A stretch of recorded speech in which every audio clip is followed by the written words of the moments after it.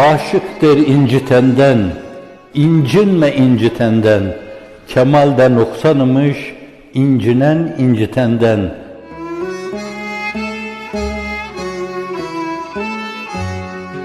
Siz incitmeyen olun. Varsın başkaları inciten olsun. Çünkü sizin dünya adına bir talebiniz yok. Başkaları bir şey oldu. Onun ötesinde bir şey olmak için çırpınıp duruyorsa, karakteri de ona müsaitse, yapmadık şey bırakmayabilir.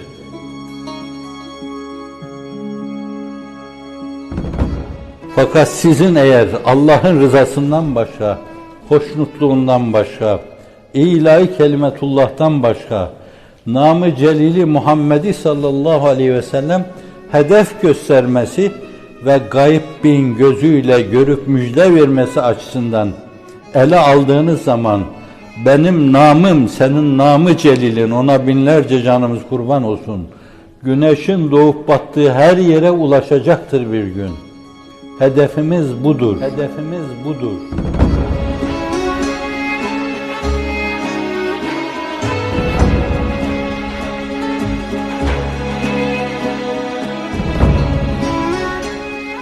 Onu sevdirme, gönüller sultanı olan o insanın her gönülde sultanlığını bir kere daha onlara duyurma.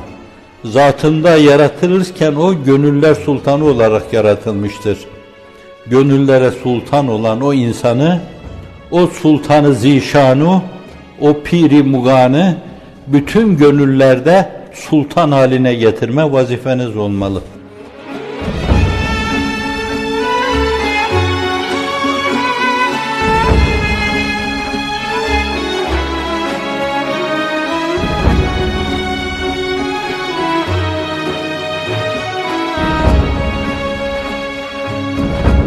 Bunun dışında bir hedefiniz varsa, biz de bir gün bir yerde küçük bir reis olalım, bir vekil olalım, bir bilmem ne olalım mülahazalarını düşünüyorsanız, hiç farkına varmadan Allah'tan o nispette uzaklaşmış olursunuz. Bizim gayemiz budur.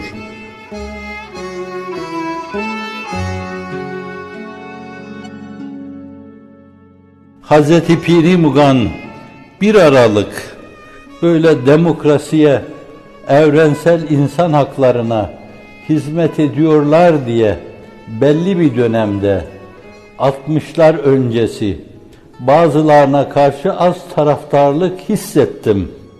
Fakat sonra yanlış olduğunu anladım. Auzu billahi mineşşeytani ve siyaseti dedim. Uzaklaştım. Mesleğimiz, meşrebimiz budur.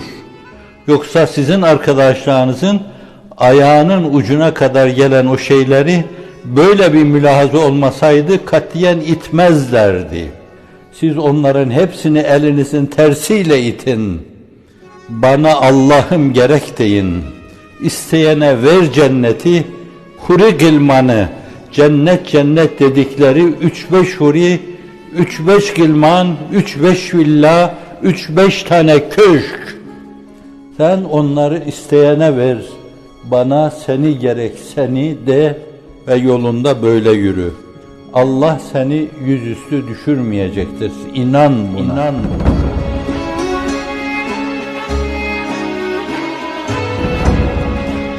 Ama fırtınalara gelince, tsunamilere gelince, şimdiye kadar bu yolun yolcularının sabit, değişmez kaderi olmuştur.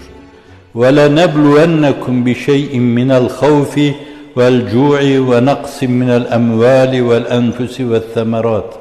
Hep imtihan olmuşlar.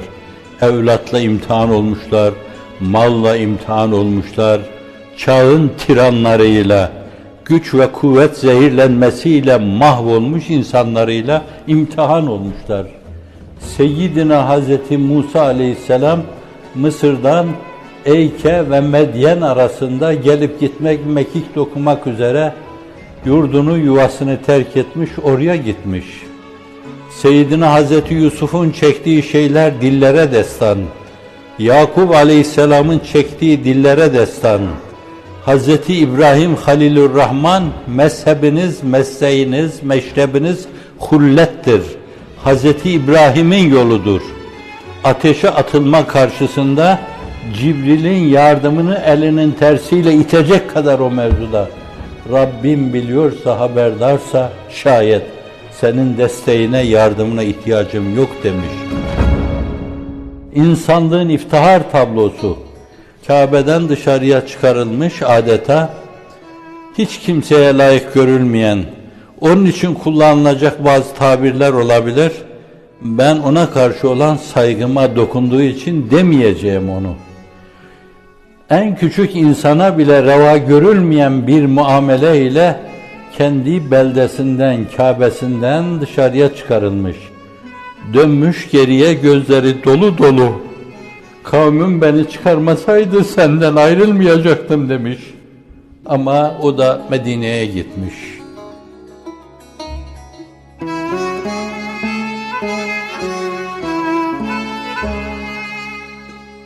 Peygamberler çekmiş, veliler çekmiş, Gazzali deliler gibi mezarlarda dolaşmış, Hasan Şazeli Hazretlerinin tazarru ve niyazlarına bakarsan adeta boynuna zincir vurulmuş, ayaklarına pranga takılmış.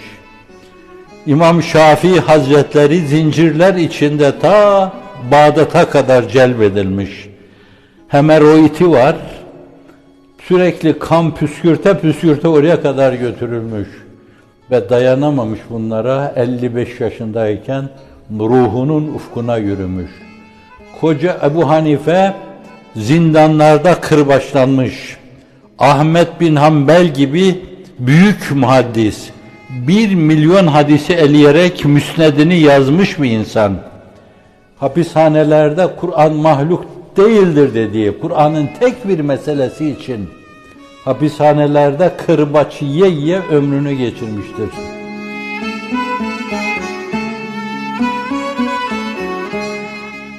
Bu yol uzaktır, menzili çoktur, geçidi yoktur, derin sular var.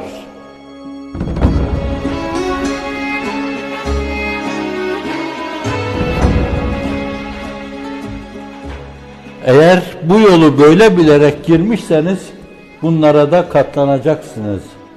Bazen firavunlar yapacak, bazen nemrutlar yapacak, bazen kefere-ü fecere yapacak, bazen münafıklar yapacak, bazen de Müslümanlığı sindirememiş Hazreti Ruhu Seyyidül Enam'ın ifadeleri içinde Kur'an okudukları halde gırtlaklarından aşağı inmeyen, alınları nasır bağlayacak şekilde secdeden başlarını kaldırmadıkları halde nifaktan kurtulamayan insanlardan çekeceksiniz.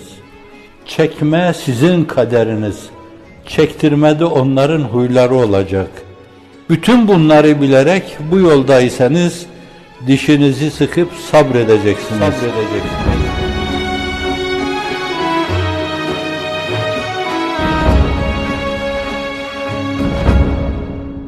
وَلَنَبْلُوَنَّكُمْ بِشَيْءٍ مِّنَ الْخَوْفِ وَالْجُوعِ وَنَقْصٍ مِّنَ الْأَمْوَالِ وَالْأَنْفُسِ وَالثَّمَرَاتِ وَبَشِّرِ الصَّابِرِينَ وَبَشِّرِ الصَّابِرِينَ Dişini sıkıp sabredenleri tebşir buyur. Ey Habibi Zişanım! Es-sabru miftahul ferec. Sabır, kurtuluşun sırlı anahtarıdır. Başınıza ne gelirse gelsin, gelse celalinden cefa, yahut cemalinden vefa, ikisi de cana sefa, lütfu da hoş, kahrı da hoş.